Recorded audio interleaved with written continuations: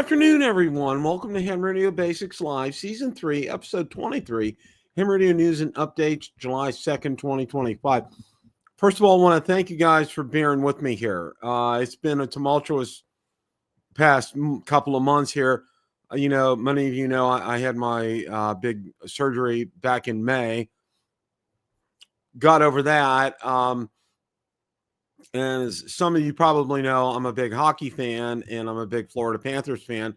And I went down for 2 of the Stanley Cup Finals games, and got to see them win the Stanley Cup in person. That was a real treat.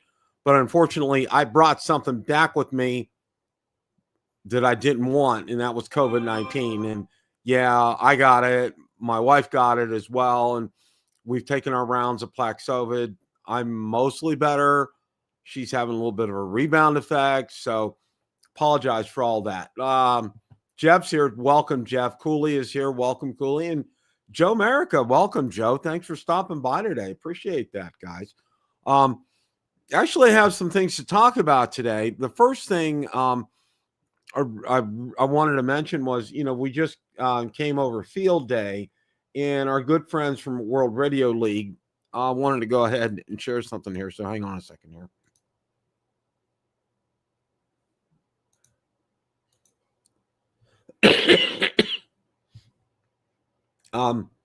Some amazing field day stats. 1.3 million radio contacts. Field day stats will shock you.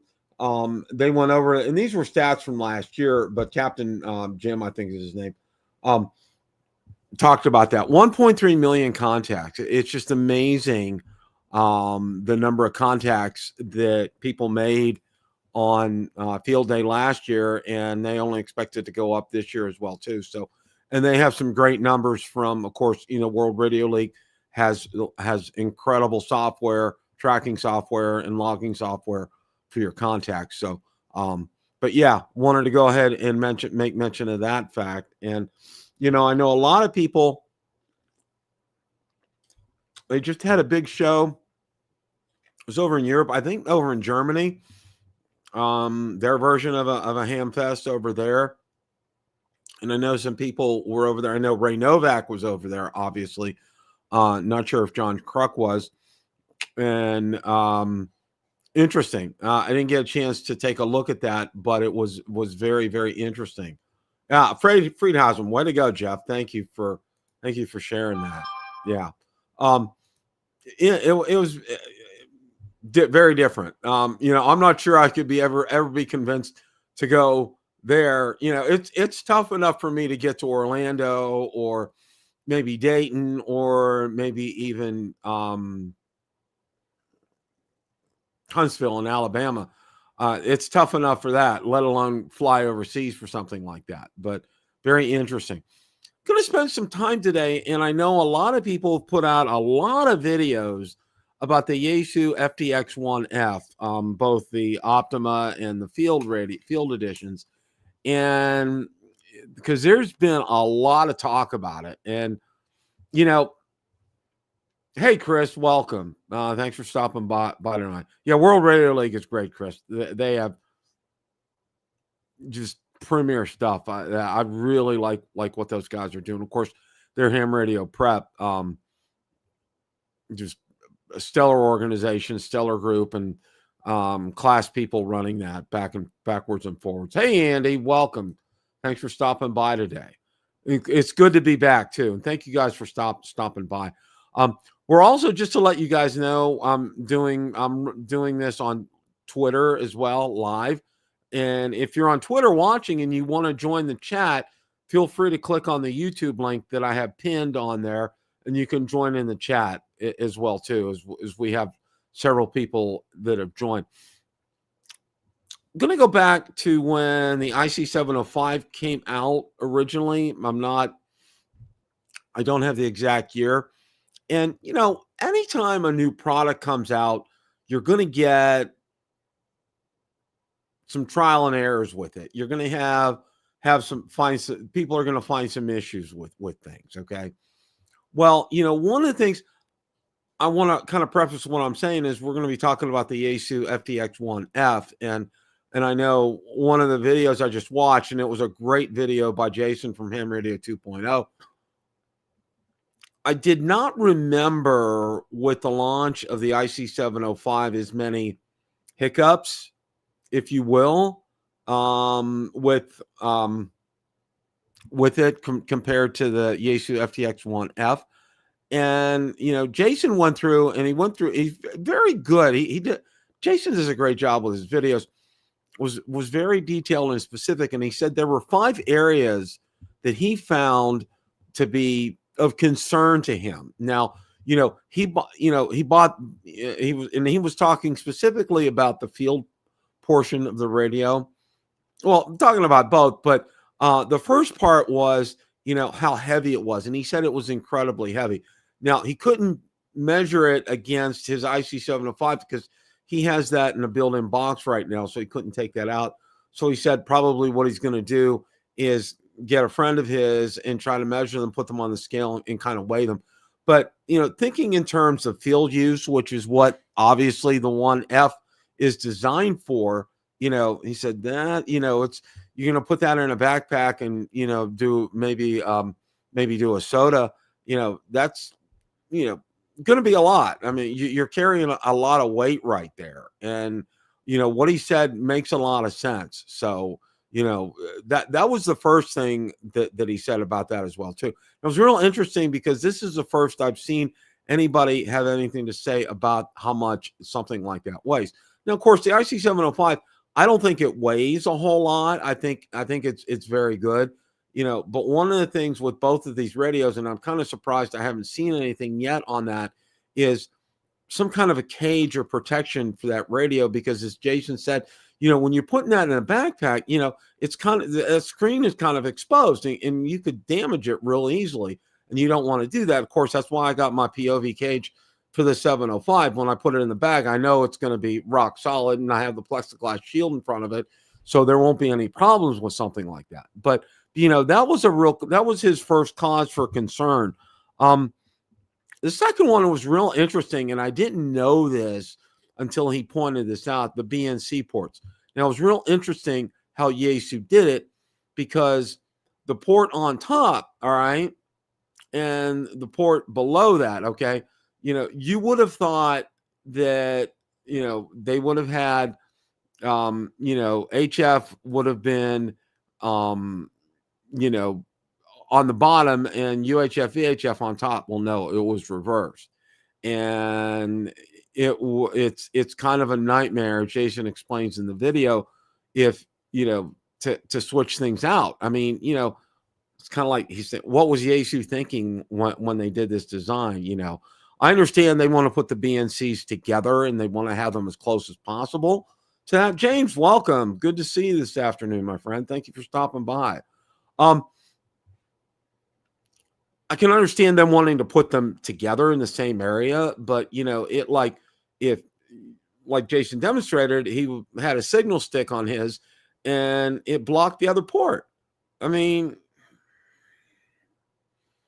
yeah, it only makes it makes sense when you see that, when you walk through that, but it makes a whole lot of sense that you want to have those reversed. And why Yaesu did it like that, that's kind of mind-boggling. I mean, you would think that people thought this out and thought this through, and apparently it's like they really kind of didn't do that with this, and that's really kind of a head scratcher for me. I mean, I'm just kind of just would think logically, because people are going to use this, and they're going to use, obviously, you're probably going to use both, not obviously not at the same time, but you want to have, you don't want to have to finagle around and fumble around and do things like that. So yeah, James, the IC705, I'm just, the more I hear about the Yaesu FTX-1F, and we'll get to this here in a minute, the happier I am with my IC705. I really am. I think it's a great investment.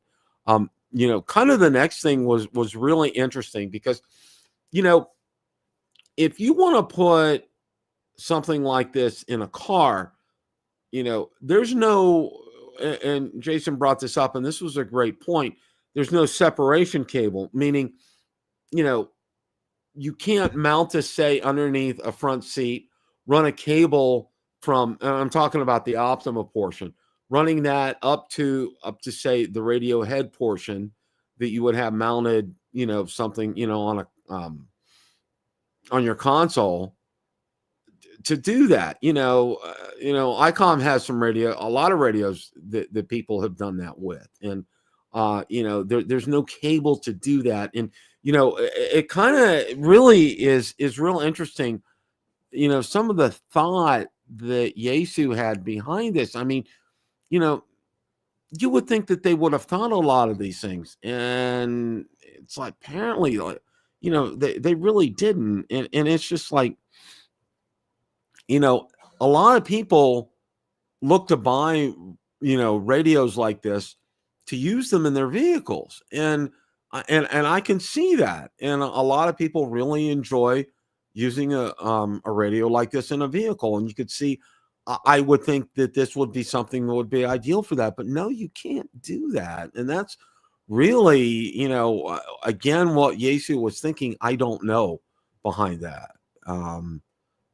Yeah, James. Yeah, exactly. It's what's the first thing I was gonna. It's one of the things that I was gonna mention was that they should have done more beta testing. They should have thrown this out there to some reviewers and say, put it through its paces. Let's find some things in everything that's going on with us, and a lot of it would have been flushed out during that beta testing, and a lot of the items could have been corrected. Now, with the BNC in the order it was in, that may have that would probably require retooling in terms of manufacturing. But I think some of the other things, the weight of that, and I think a lot of that has to do probably with the battery. And we're gonna talk about that here in a second. Now, one of the things that there was another YouTuber that was out there noticed that there was a problem with APRS, and that they had no way, you have no way to reply on APRS. And I thought that was real interesting. And he actually got a pretty prompt response back from Yaesu that said, yes, this is a problem. Yes, we know about it. This is something that we're going to address. Kudos to Yaesu for coming back with them like that. But again, as you said, James, yeah, beta and alpha testing. I agree. I mean, this just was, it's like they never, it's like they got it together and let's just, throw it out there. I think one of the things behind the release was, it was on the invention was coming up, and they wanted to get it out there. And I know they probably sold a lot of units when they went to Dayton, and because a lot of people are excited about it. It's a new radio. It's from Yaesu. It's a good manufacturer. Okay, and they really need.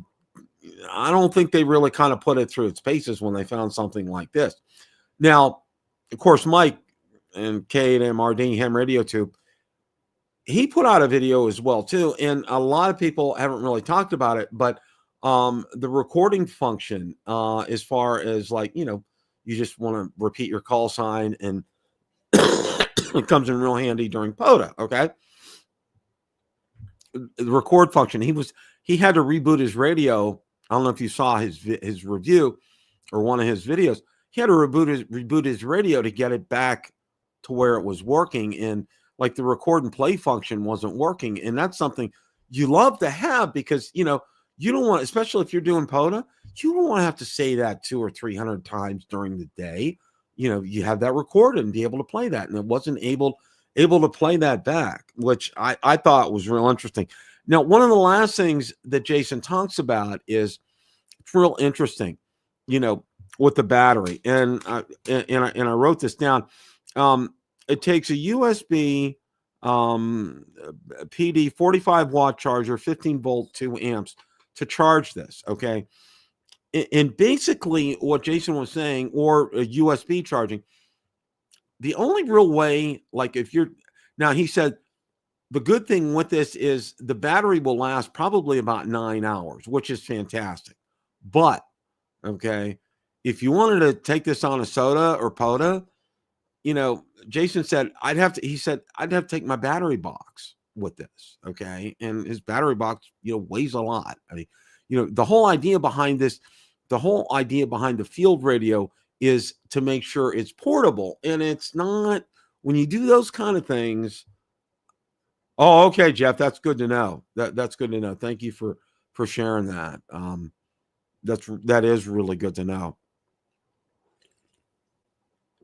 But yeah, James, I agree. And 817 and 818, a lot of people thought this was going to be a radio that was going to replace that, and then it came out that it was going to be QRP, and people go, I know we should wait some months as kinks are worked out for the critique. Barley's comments from Thomas. Yeah. I agree. But, when you're a major manufacturer, now this is the kind of stuff, and this is not to knock any brands or anything. Okay. Zygu. All right. I can understand with them, they had some hiccups when the 6100 came out. They had some hiccups with the 6200 when it came out as well too.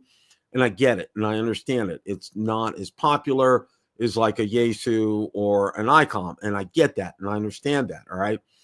But I think, when you rush things into production, all right, and you're wanting, and it really just to me, this whole thing reeks of them wanting to get this out before Hamvention and Dayton and be able to make some sales with it. Okay.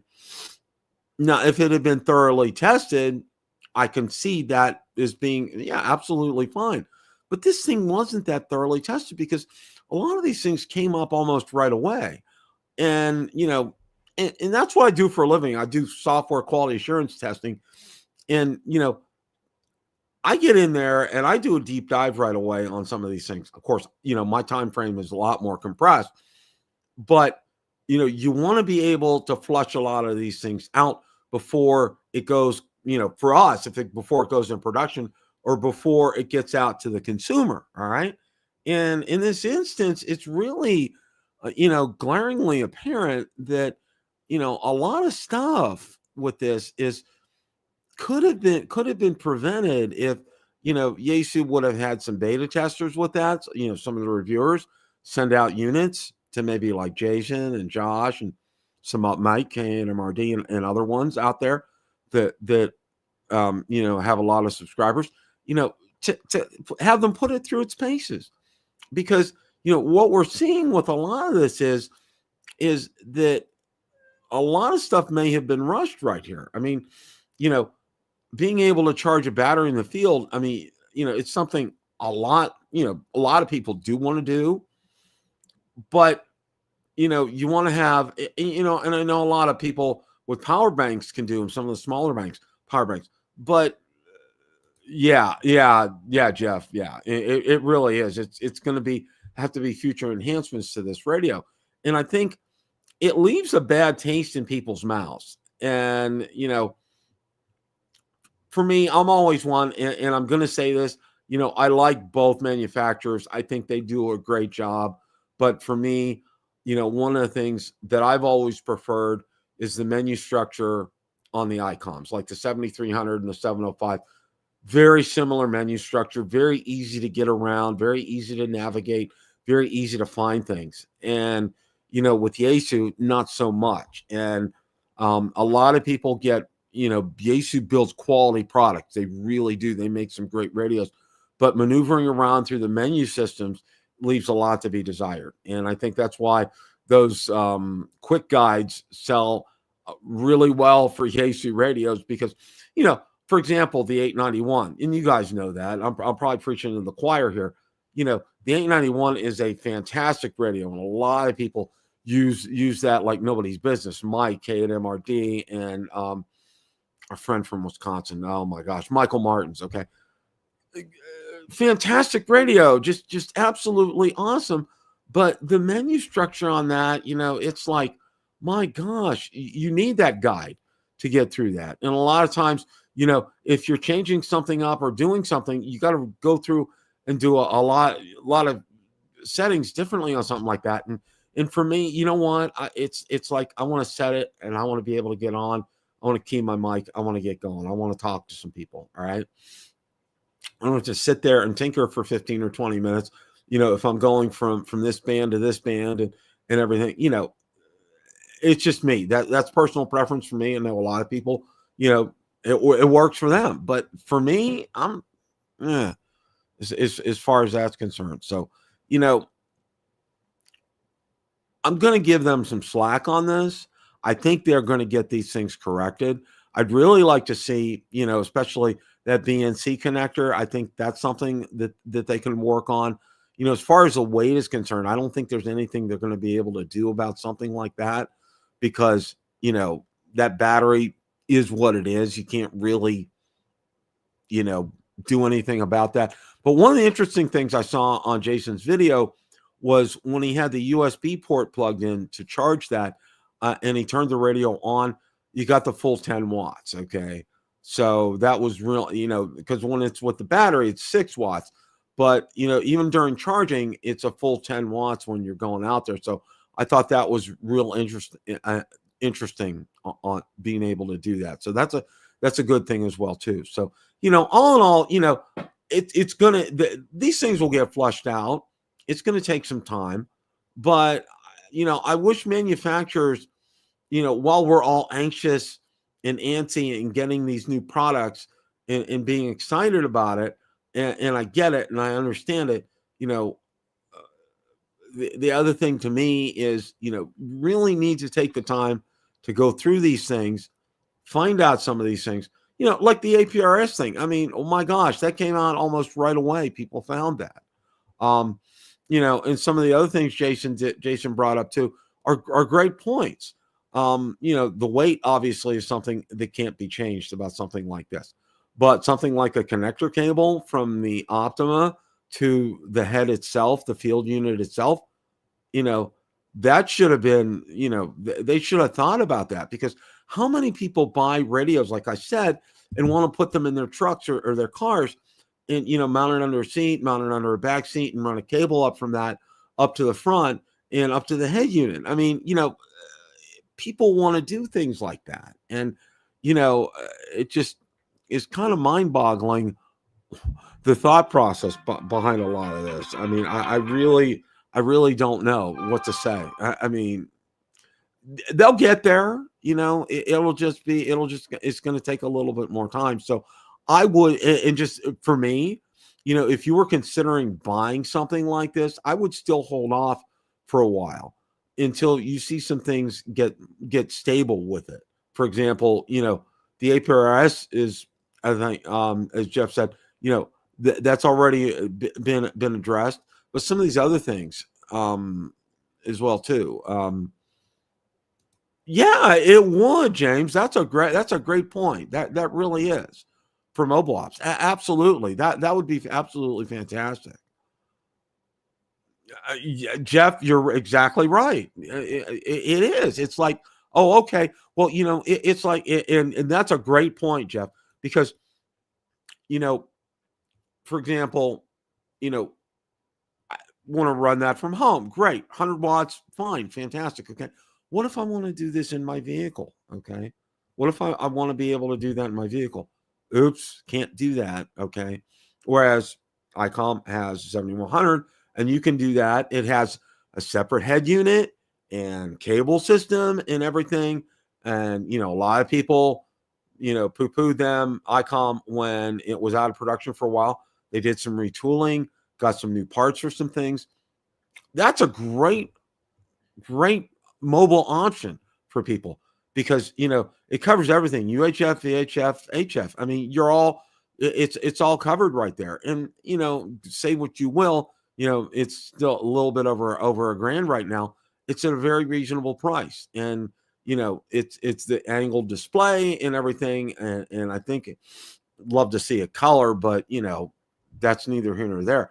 But, you kind of wish that Yaesu would have thought about this before they went to market with something like that. Yeah, having that base unit at home is really nice, but a lot of people were going to want to pursue the portable option here. And this is kind of like throwing the wrench in the monkey works here. I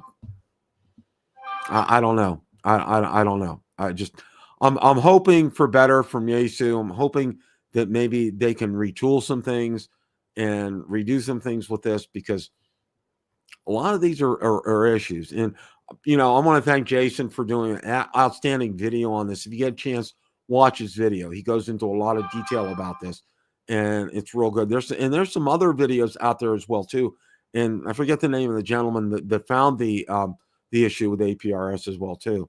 And I agree, Jeff. Having something like that at home and having that unit is an all-in-one. I think that's fantastic, and I think Yaesu did a great job with that.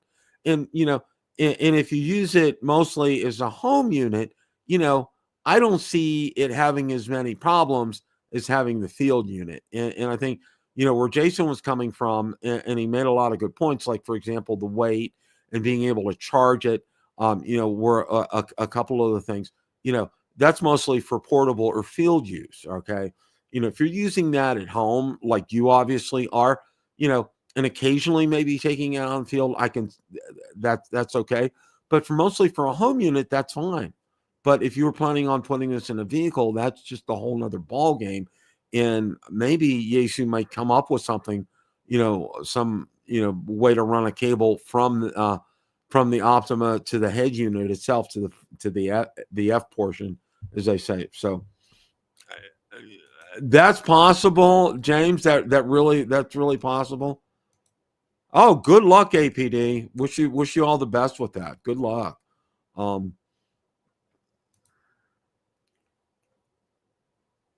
okay. Yeah, well, that's and John's very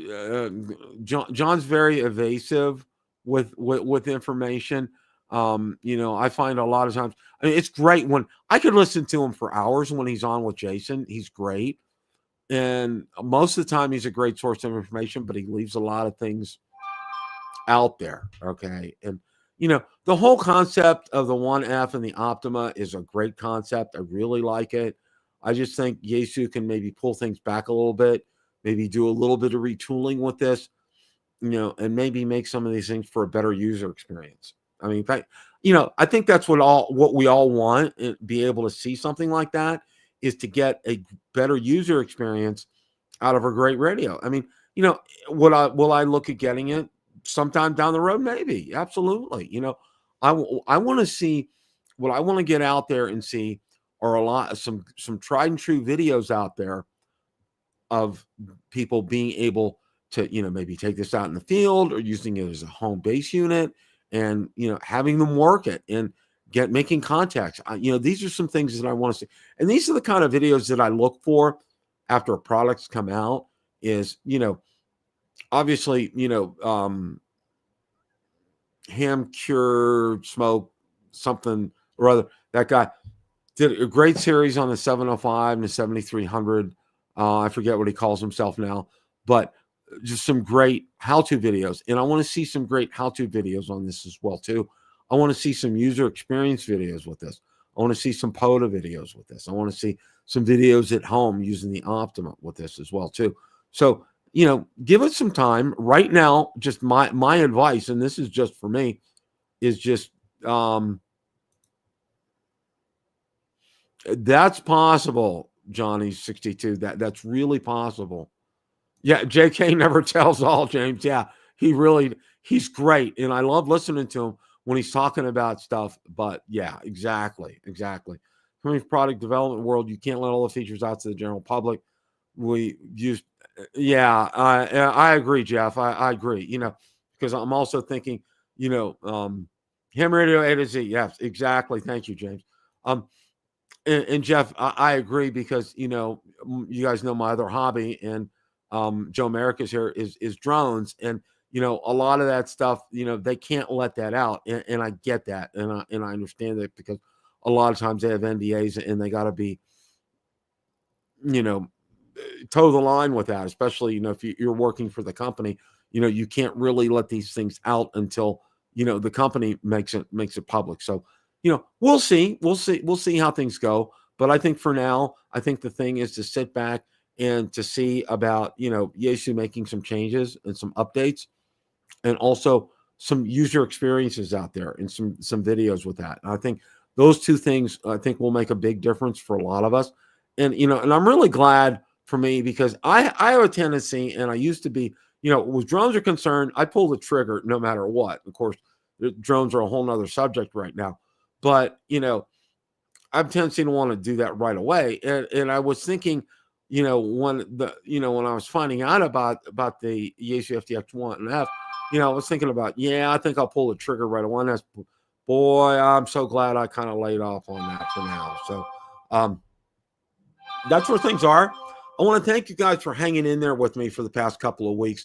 I know you watched a couple of replays, one with Jason, I think, and I think I also had one with Josh on there. Thank you guys for hanging in there with me. As long as I'm feeling well, I'm back on full time, so not going anywhere, and hopefully going to get some more product reviews and get some other things out there. I got a lot of stuff lined up. Like I said, I've been recovering from surgery and got COVID and went down to South Florida for the playoffs and everything. It just been, it did, Jeff. It really did. Thank you. These are not permanents. Permanents will probably come in, fingers crossed, probably in August, kind of a time frame. You have to wait 3 to 7 weeks to make sure that the implants are good, because a lot of times they can shift. And I think you kind of know when they do shift, and I haven't really felt anything like that. What the most annoying thing right now with this is, and if anybody's had implants, you know that when you have your temps in, you can't chew. So everything has to be soft food. So it's, I can't eat that. My dentist told me, anything more the consistency of cooked salmon. So, and guess what I have for dinner almost every night is cooked salmon. Okay. And it's wonderful, fantastic. But everything else I have to eat is soft food. So, and I am dying for a great burger, a hamburger right now, and in some even boneless wings from Bubba's 33. If you guys have them there, I don't know if you do or not, but okay. Thank you guys so much again for hanging in there with me. I really appreciate it. Like I said, it's been a kind of tumultuous past couple of months, but we're here. We're good to go. I'm going to try to get some videos coming out here shortly. Weekends are my time to do that. So want to thank you guys so much for stopping by today. What a great, you guys are absolutely great in the chat. And I'm going to be putting this out on Twitter a lot more for you guys. And again, I hope you guys that are watching it on Twitter end up joining on YouTube so you can join the chat and chime in. Really like all your comments, guys. Take care. Have a great rest of your day. And as always, it's a great day to make a QSO. 7 threes, everybody. Have a great rest of your evening.